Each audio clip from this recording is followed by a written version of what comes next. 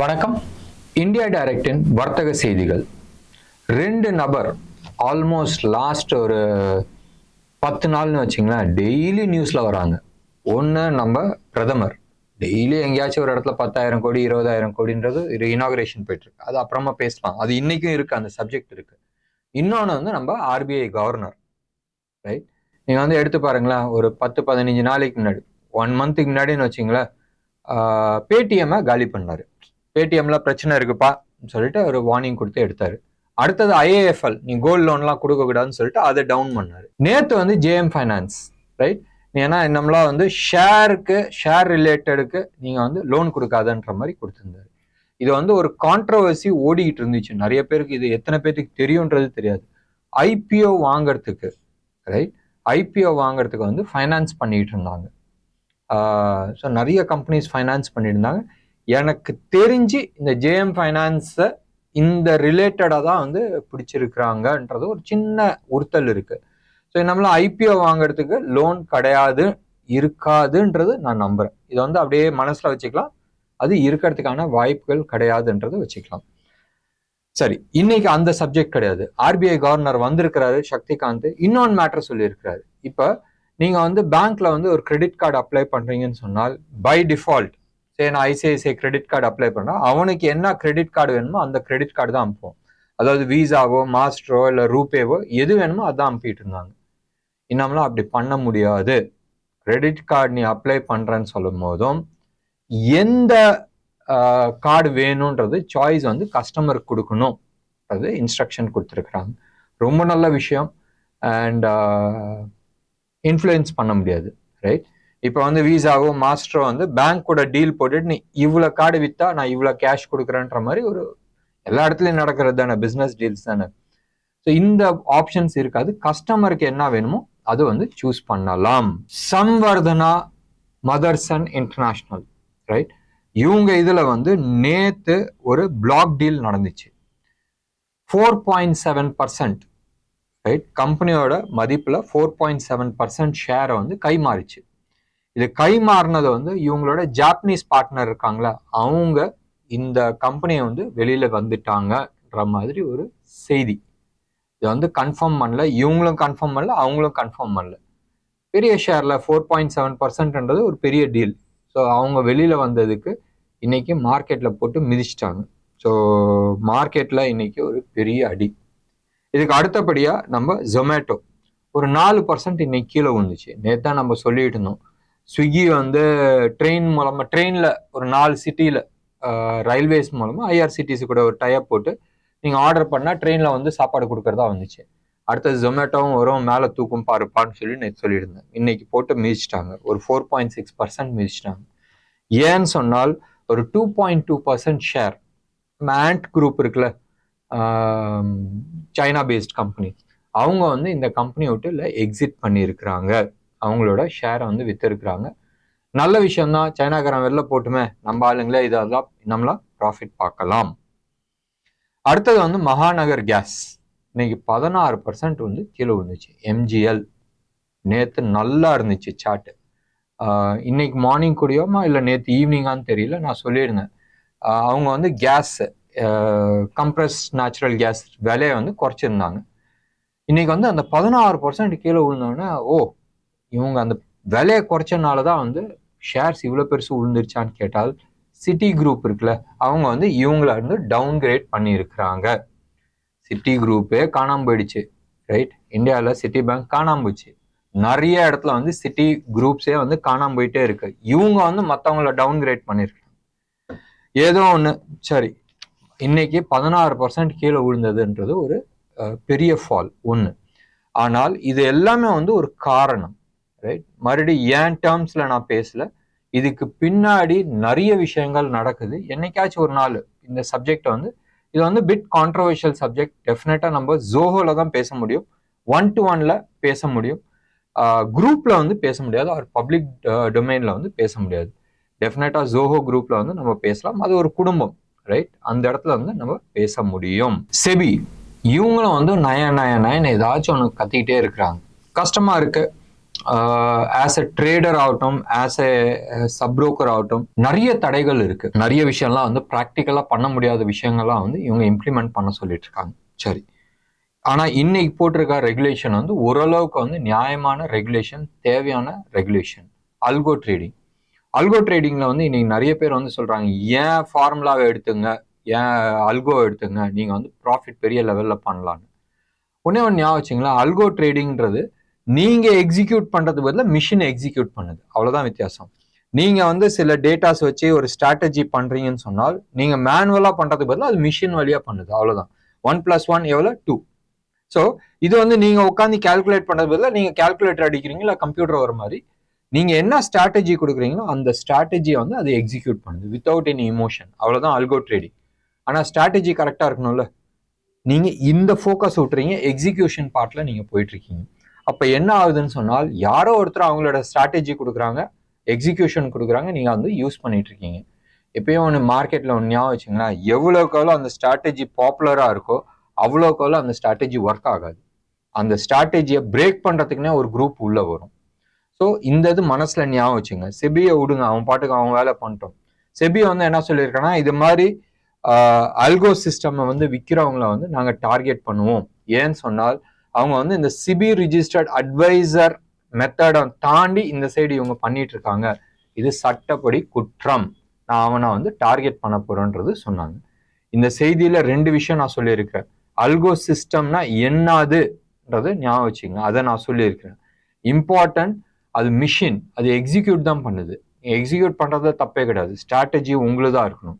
இந்த ஸ்ட்ராட்டஜி கொடுத்து நீங்க வந்து எக்ஸிக்யூஷனுக்கு வந்து அல்கோ யூஸ் பண்ணா ஓகே, பட் அல்கோ ஏற்கனவே வந்து ஸ்ட்ராட்டஜி இருக்கிறத வந்து வாங்காதீங்க, அது வந்து இட் இஸ் நாட் குட். அடுத்தது பஜாஜ் ஆட்டோ, ஏற்கனவே செம்ம நியூஸ் நேத்து வந்து அனௌன்ஸ் பண்ணியிருக்கிறாங்க தட் வேர்ல்ட்ஸ் ஃபர்ஸ்ட் சிஎன்ஜியில் ரன் பண்ற ஒரு பைக் அவங்க வந்து லான்ச் பண்ண போறாங்க அடுத்த குவார்ட்டர்ல. ஸோ சிஎன்ஜியில் வரும்போதும் ப்ரைஸ் குறையும், உங்களுக்கான ஃபியூவல் காஸ்ட் குறையும், இந்தியாவோட என்வாயர்மெண்ட்டுக்கும் நல்ல விஷயம். அடுத்தது டாடா கெமிக்கல்ஸ், திடீர்னு வந்து ஒரு லாஸ்ட் 2-3 டேஸாக வந்து 15% மேலே தூக்கிடுச்சு. நியூ 52 வீக் ஹையை வந்து டச் பண்ண லெவலில் வந்துருச்சு. ஏன்னு சொன்னால் ஃபெச் இருக்குல்ல, ரேட்டிங் வந்து இவங்கள வந்து பாசிட்டிவ்ல வந்து போட்டிருக்காங்க, ஸ்டேபிள்ல வந்து பாசிட்டிவ்க்கு எடுத்துட்டு வந்திருக்காங்க. இந்த ஒரு ரீசனால சக்குன்னு மேலே தூக்குச்சு. அதெல்லாம் ஒரு காரணம், பேசிக்கா ஒரு லெவல்ல வந்துருச்சு, அந்த லெவல்ல வந்து தூக்குது. அடுத்தது வரும் பாருங்களேன், கெமிக்கல் ஸ்டாக்ஸ், நிறைய ஸ்டாக்ஸ் வந்து தூக்கும். டாடா கெமிக்கல் தூக்கும் போதும் அடுத்த ஸ்டாக்ஸும் தூக்கிறதுக்கான வாய்ப்புகள் உண்டு. பிரதமர் மோடி இந்தியாஸ் ஃபர்ஸ்ட் கடல் கடியில போனது விட்டுருங்க, இன்னொன்று வந்து ரிவர் கீழே, கங்கை ஹுப்ளி இருக்குல்ல, கங்கா வந்து கல்கட்டா போகும்போது ஹுப்ளின்னு வாங்க, அந்த ரிவர் கீழே வந்து மெட்ரோ விட்டுருக்காங்க. அதை வந்து இன்னைக்கு தலைவர் இனாகிரேட் பண்ணியிருக்கிறாங்க. இது இந்தியாவில் ஃபர்ஸ்ட் ரிவர் கீழே வந்து போகிற ஒரு மெட்ரோ. சென்னையிலையும் அந்த மெட்ரோ வந்து அடையார் ரிவர் கீழே எங்கேயோ ஒரு இடத்துல போகுதுன்னு நினைக்கிறேன், எந்த இடம்ன்றது தெரியல. மேலே போகுது, சைதாப்பேட்டில் தான் வந்து மெட்ரோக்கு மேலே போகுது, ரிவருக்கு மேலே போகுது, பட் கீழே எங்கே போகுதுன்றது பார்க்க வேண்டிய ஒரு விஷயம். Sun Pharma new 52 week high hit ஆச்சு, இன்னைக்கு ஒரு 2% அப் ஆச்சு. ஏன் ஆச்சு? யூஎஸ் எஃப்டிஏ, அவங்க வந்து எஃப்டிஏன்றது அங்க இருக்கிற ஒரு அத்தாரிட்டின்னு வச்சுங்களேன், அவன் வந்து ஓகே இந்த மருந்தெல்லாம் நீ வந்து ப்ரொடியூஸ் பண்ணலாம், உன்னோட குஜராத் பிளான்ட் வந்து கரெக்டா இருக்கு, எந்த விதமான தப்பும் இல்லை, நீ ப்ரொடியூஸ் பண்ண ஏபிஐன்ட்டாங்க. அதனால அந்த ஸ்டாக் வந்து ஒரு 2% அப் ஆகி 1606 டச் ஆச்சு. நம்ம 2019 ஆகஸ்ட்ல வந்து 440-450 லெவல்ல வந்து பை கொடுத்து target 1800 in next 3 to 4 years சொன்னோம். ஆல்மோஸ்ட் அந்த டைரக்ஷனை நோக்கி தான் போயிட்டு இருக்கு.